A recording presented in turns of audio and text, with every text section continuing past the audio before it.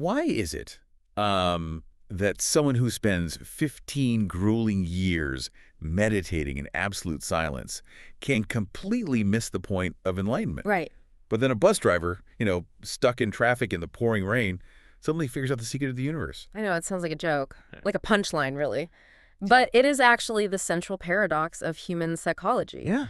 We treat peace like it's this rare mineral, right? Like we have to mine it out of the earth with heavy machinery, when in reality, human consciousness operates on a completely different set of physics. Totally. And I mean, if you are listening to this right now, whether you are currently prepping for a high-stakes presentation at work or just, trying to survive a completely chaotic week, you have probably felt that nagging pressure. Oh, definitely. Or that loud cultural megaphone telling you to be more present, to be more mindful. Right, to achieve that mythical state of Zen. Exactly, which ironically just becomes another massive stressor. I mean, you are stressed about your life, and then you are stressed that you aren't enlightened enough to handle the stress.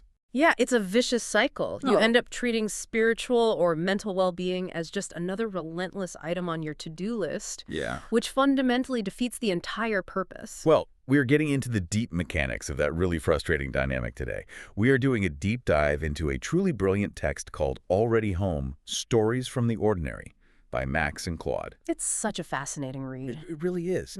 And the authors built this project by splitting it down the middle, using two very different narrative lenses. So you have this one voice, Rupert Lusalud, Right. and he is documenting ordinary people, pharmacists, engineers, people just stumbling into this unshakable ground. And then on the other side, you have Felix Extraordinary, Yes. documenting the intense obsessive seekers, the people who completely trap themselves in their own search. Such a stark contrast. It is, and that contrast is what makes the source material so illuminating. By putting the obsessive seeker right next to the ordinary bus driver, the text forces us to look at the actual mechanics of arriving. Or awakening, yeah. Exactly. It strips away all the mystical jargon and asks a very structural question, like, what is actually happening in the brain and the body when someone finds peace versus when they are just simulating the search for it? Okay, let's unpack this. To understand how to actually find this structural ground, we first need to look at the mechanics of how we actively prevent ourselves from finding it. We really do. We have to look at the trap of the fireworks, the people who are, absolutely convinced that true awareness has to be this spectacular cinematic event. Yeah, the text gives us a perfect case study for this with Sebastian. Oh, Sebastian. Right, so he is 34, and in 2019, he has this massive, reality-shattering awakening. It's 2 in the morning, he's in a field in Ibiza. Naturally, there's music, there's a few substances involved, and suddenly he feels his entire sense of individual self just dissolve into the vastness of the universe. I mean, a total cosmic breakthrough, the kind of peak experience people spend their whole lives chasing. It really is. But the psychology of a peak experience is that it is, by definition, a peak. Right. The sun inevitably comes up, the neurochemistry settles, and for the next 3 years, Sebastian is living in absolute terror that his profound Ibiza realization was just a passing high. Which it was. Exactly. Yeah. So he completely derails his life to chase it down again. He stops working. He attends, I think it was 47 different spiritual gathering satsangs across 6 countries. Wow. He starts a blog. He is desperately trying to engineer his life to stabilize that exact sensation. He practically destroys his actual reality trying to hold on to a ghost. Yeah, he does. I mean, his girlfriend leaves him because she says she is constantly competing with his enlightenment. He's entirely disconnected from the present moment because he's idolizing a memory from 2019. And it isn't until he is standing on a bridge in Amsterdam, just staring at a dirty canal, that the ultimate realization hits him. He asks himself, what if I just wanted my life to be bigger than ordinary? It's a profound moment of clarity. He recognizes the dopamine loop of the seeker. He was addicted to the sensation of the extraordinary. Totally addicted. And we see the exact same mechanism with another subject, Miranda. She is a spiritual mentor who approaches awakening the way a 19th century botanist catalogs rare orchids. That is the perfect way to describe her. Right. She has meticulously logged 7 distinct awakenings in her journal, everything from a Vipassana retreat in her 20s to a silent retreat in the Pyrenees. 7. I mean, most people are hoping for just one, and she is treating it like a software update. Seriously. She's walking around thinking, I'm currently running on Enlightenment OS version 7.0, just waiting for the 8.0 patch to fix my lingering anxiety. Yes, and that is the fatal flaw in her methodology. She is always waiting for the real one, the ultimate final shift that will permanently alter her reality. Always waiting. But one afternoon, sitting in a totally mundane, west-facing room in Bristol, she finally observes her own restlessness. She sees that this true awareness she is hunting for is completely, utterly indifferent to her spiritual resume. Wait, I have to jump in here. Go ahead. Because if we are constantly hunting for the next big spiritual breakthrough or logging our meditation hours like high scores in a video game, Yeah. aren't we just building a much more sophisticated, highly decorated ego? Like we aren't actually dissolving the self. We're just dressing the ego up in expensive yoga clothes and giving it a new vocabulary. This raises an important question. What is the fundamental nature of what they are actually looking for? Hmm. You see, Sebastian and Miranda are trapped because they are hunting for an experience. And from a psychological and philosophical standpoint, an experience is merely an event. Right. It has a start and an end. Exactly. It arises, it peaks, and it passes away. You cannot stabilize an experience any more than you can freeze a gust of wind. Wow. The cool teaching of this text is that true awareness is not the weather. It is the indifferent, vast space in which the weather happens. It is the sky itself. Oh, I love that. They were trying to capture a very specific, beautiful Ibiza-shaped cloud, put it in a jar, and keep it forever, totally ignoring the infinite sky that was holding the cloud the entire time. That is exactly it. Which brings us to a completely different type of trap. Okay. Because if the seekers fail because they are addicted to temporary sensational fireworks, the deep thinkers fail because they substitute intellectual comprehension for actual presence. Oh, man. They build magnificent maps of the territory, but they refuse to step foot on the actual ground. Yes, the trap of the intellect. The text dives into the story of Hugh for this, right? Yep, Q. He's a 61-year-old philosopher of consciousness at Oxford. And for 20 years, Hugh has possessed the absolute, perfect intellectual framework of the mind. He understands the neuroscience, he understands the contemplative traditions, and he spent his days trying to solve the hard problem of consciousness. And for those unfamiliar with the term, the hard problem of consciousness is this massive, unsolved scientific and philosophical mystery. Right. It's the question of how physical brain, matter like neurons firing, chemicals rushing, actually creates our subjective inner feeling of being alive. How does wet tissue create the vivid experience of tasting a strawberry or feeling grief? Exactly. And Hugh has spent 2 decades trying to logically dissect this from the outside. But his logic is exactly what is keeping him stuck. He is completely trapped in his head until one day he is prepping a lecture at his messy, cluttered desk, and the whole illusion just snaps. It just falls away. He realizes the mechanical error he has been making for 20 years. He had been trying to solve consciousness by separating himself, the subject, from the experience of the desk, the object. Yes. He suddenly realizes that the act of looking isn't a laser beam shooting out from inside his skull toward the desk. The looking is the space. The looking is the open field where both his sense of self and the messy desk are appearing simultaneously. He had to stop analytically examining the looking and realize he was the looking. So powerful. The human intellect is a phenomenal survival tool, but its primary function is to categorize, divide, and conquer. It protects itself by creating a subtle, persistent separation from reality. Always keeping things at arm's length. Exactly. And we see the extreme end of this with another subject, Daniel Avery. Daniel meditated so rigorously for 15 years that he got completely stuck in the state of the witness. Oh, the witness state is so tricky. He basically became the examiner examining the examiner. Yeah. It's like standing between two mirrors and just getting lost in the infinite receding reflections of yourself. He was completely paralyzed in his own mind. Until his friend Amir steps in. Amir is a local doctor who knows absolutely zero about non-dual philosophy, but he points out the obvious. I love Amir. Amir basically says, Daniel, your intense effort to stop examining your life is just another sneakier form of examining. That's so true. Because the witness is the last, most heavily fortified bunker of the separate self. It is the ego, proudly declaring, I have transcended all earthly attachments, I am pure observation. But there's still a massive distance there. Exactly. Truly, clear awareness doesn't require you to lobotomize yourself or turn off your critical thinking. It simply requires the recognition that your brilliant intellect, your analyzing, and your thoughts are just more weather happening within the open space of awareness. Right. To use a modern analogy, Hugh and Daniel essentially spent 20 years writing flawless, incredibly complex physics code for a video game. Yeah. But they never actually put a character in the game to just run around and play it. They were starving while staring at a perfectly designed menu. That's a great way to put it. Here's where it gets really interesting, though, because it isn't just philosophers who fall into this intellectual trap.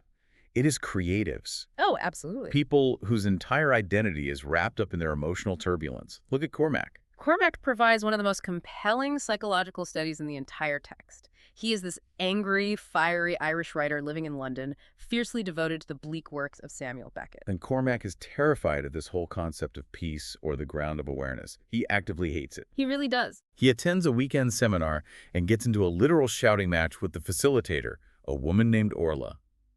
Cormac argues that finding peace would completely destroy the friction, the fury, and the edge that fuels his writing. He genuinely believes that the canvas itself has to be angry for him to paint an angry picture. It is the classic artist's dilemma, that deep fear that healing your trauma will erase your talent. Yeah, a lot of people feel that way.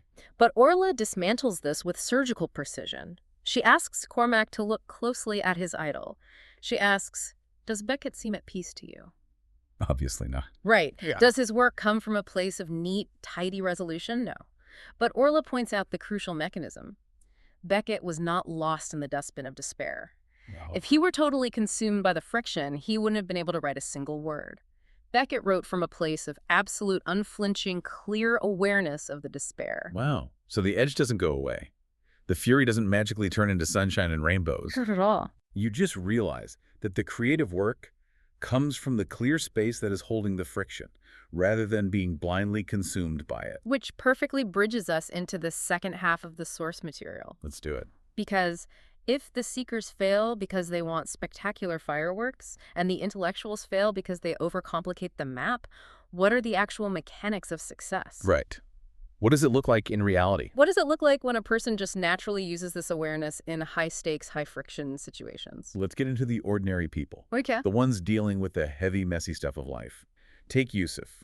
He is a 38-year-old structural engineer, and he is drowning in the slow, agonizing grief of his engineering firm going bankrupt. Yeah, Yusuf's story is incredible. He is dragged to a free community center talk by his sister.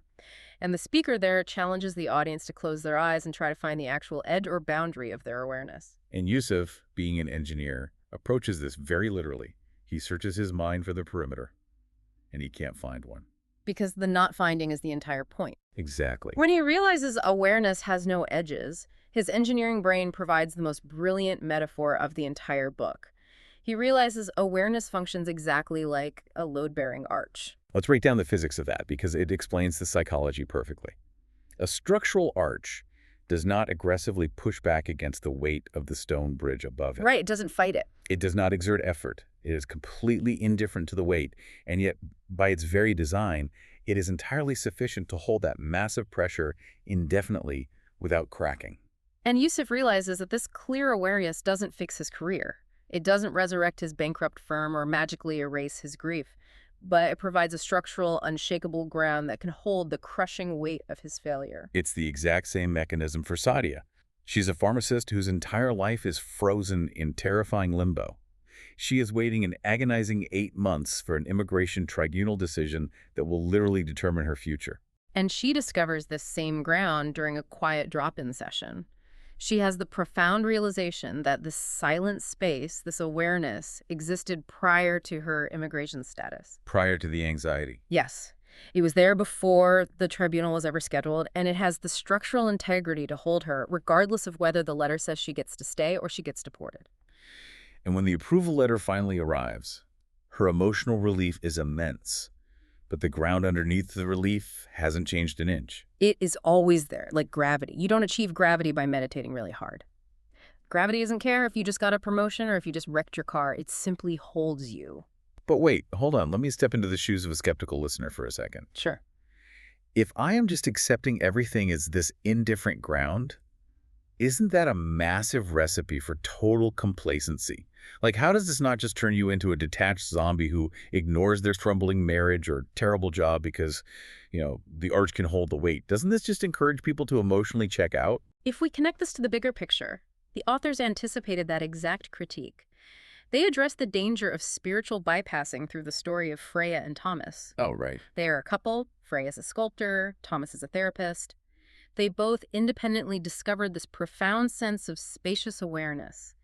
But instead of it improving their lives, they weaponized it. They used it to completely avoid each other. Exactly. During a tense argument in their kitchen about ordinary relationship friction, Freya realizes that she is retreating into the awareness as a defense mechanism. Wow. She is using the piece of the ground to essentially build a bunker and hide from Thomas's frustration. Thomas, with his therapist background, diagnoses his own behavior as the exact same thing. He calls it the piece of distance. So they were using mindfulness to be emotionally unavailable. Pretty much. But Freya the sculptor has this epiphany. She realizes that in her art, a sculpture has to make full physical contact with the space around it to alter the room. If it shrinks back, it has no impact. It's a profound realization. They discover that true awareness isn't a bunker you retreat into when your partner is annoying you. True ground is the infinite space that makes full, unshielded contact with reality survivable. It does not numb the pain or the friction of the contact. It provides the vastness required to process it. We see this ultimate form of contact with Priya. The midwife. Yes, the midwife who explicitly stopped doing formal seated meditation because she realized she was already what she was practicing to be. Right. She is in the delivery room with a terrified 43-year-old woman named Ruth, who is having a long, dangerous labor. And Priya isn't floating in some detached, blissful Zen state. No, she's in the thick of it. She is radically engaged. She is making full contact with Ruth's terror and physical agony, but because she is anchored in the ground, she isn't consumed by the panic. She can actually be of service. So if true awareness isn't a firework, Yeah. and it isn't an intellectual map, and it isn't a bunker, Right. if it is just full, unshielded contact with whatever's happening right now, what does that actually feel like in its purest form? It turns out the ultimate realization is profoundly, almost aggressively ordinary. The text strips away every last ounce of mysticism to show us this. Yeah, let's talk about Elena. Elena is a great example. She's a nurse who completely abandoned the spiritual retreat circuit to move to a quiet life in Northumberland. She travels to London to sit by the bedside of her dying friend, Petra. And Petra is someone who spent 15 grueling years traveling the world, desperately searching for enlightenment, right? Exactly. And as Petra is dying of pancreatic cancer, what is her ultimate revelation? It wasn't a glowing light or a cosmic vision. Petra tells Elena that the ultimate truth she had been bleeding herself dry to find was simply the specific quality of the tea she was drinking in that exact second. It was the simple, ordinary way the afternoon light hit the hospital wall. The profound beauty of the mundane. We see this linguistic struggle with Mathilde, too. She's a translator who is drowning in grief over the sudden death of her brother, Laurent. Oh, that part was so heavy. Very heavy. For 3 agonizing days, she is paralyzed trying to translate a single French word, nu, in a novel about bereavement. The word is trying to describe that microscopic half-second of waking up in the morning right before the crushing, heavy reality of grief floods your brain. And she initially tries to translate it as bare presence, but she realizes that's wrong. She finally translates it as clear awareness. Yes. It is the clear, silent, totally indifferent ground that exists before the plot of your day even begins. Before the grief boots up, the screen is already on. Which brings us perfectly to Jo. Jo is a 58-year-old bus driver in Leeds. She has never meditated. She has never read a single sentence of non-dual philosophy. Zero background. Zero. She finishes her stressful route, parks her massive bus in the depot in the pouring rain, turns off the engine, and just sits there. She doesn't have a cosmic dissolution of the self. She just sits in the driver's seat and experiences the undeniable, absolute here-ness of the moment. The sound of the rain hitting the windshield, the physical texture of the steering wheel against her palms, and the quiet, undeniable realization that she is simply here and has always been here. What's fascinating here is how the authors synthesize all these narratives into one grand psychological theory. They address what they call the off-pitch note. The off-pitch note, let's explain that. Think about your own life. You know that persistent, nagging feeling in the back of your mind that something is just slightly wrong. That hum of dissatisfaction telling you that your life should be more. Oh, yeah, the feeling that sends us chasing after Ibiza fireworks or Oxford philosophy degrees in the first place. Exactly. The text suggests a radical reframe. That off-pitch note is not a sign that you are failing at life. It is not a symptom that requires a new meditation technique or a new job. Right. That subtle dissatisfaction is simply the sound of awareness looking for itself. It is the I frantically trying to turn around and see the I. The ultimate realization of this entire book is the complete collapse of the distinction between the grand search and the ordinary reality. So what does this all mean? I mean, Till's translation of the clear space before grief, Petra's realization about the specific quality of the tea, Yeah. Joe listening to the rain on the windshield. Yeah. It all points to the fact that the sought has been the seeker from the very beginning. You cannot build a bridge to a place you are already standing. Wow. The struggle is the illusion that the destination is somewhere in the future, when in fact, the ground of awareness is the very thing you are using to look for it. It is such a profound journey. We have gone from Sebastian exhausting his central nervous system, chasing a 2 a.m. epiphany, to Hugh tying his brain in knots, trying to solve the universe, all the way to a bus driver, realizing the entire universe is contained in the sound of rain on glass. It really covers the whole spectrum. It does. And the monumental takeaway here is the realization that you fundamentally cannot achieve what you already are. Which is incredibly frustrating to the ego and the intellect, because they want a project to solve. But it is deeply, profoundly liberating to the actual human being living the life. You do not have to architect the piece. You only have to recognize the structural space that is already holding your chaos. It's the ultimate permission to stop trying so hard. Exactly. So, to wrap up this deep dive, we want to leave you with a final mechanical thought to mull over. If clear awareness is the giant, blank movie screen, and your chaotic, stressful, beautiful, messy life is the movie currently playing on it, Right. what happens when you stop furiously trying to rewrite the plot of the movie and just sit back for one single second to feel the texture of the screen itself? The next time you are sitting in a tense Zoom meeting waiting for bad news, or just standing at the sink doing the dishes on a Tuesday, don't look for peace. Yeah. Just notice the looking.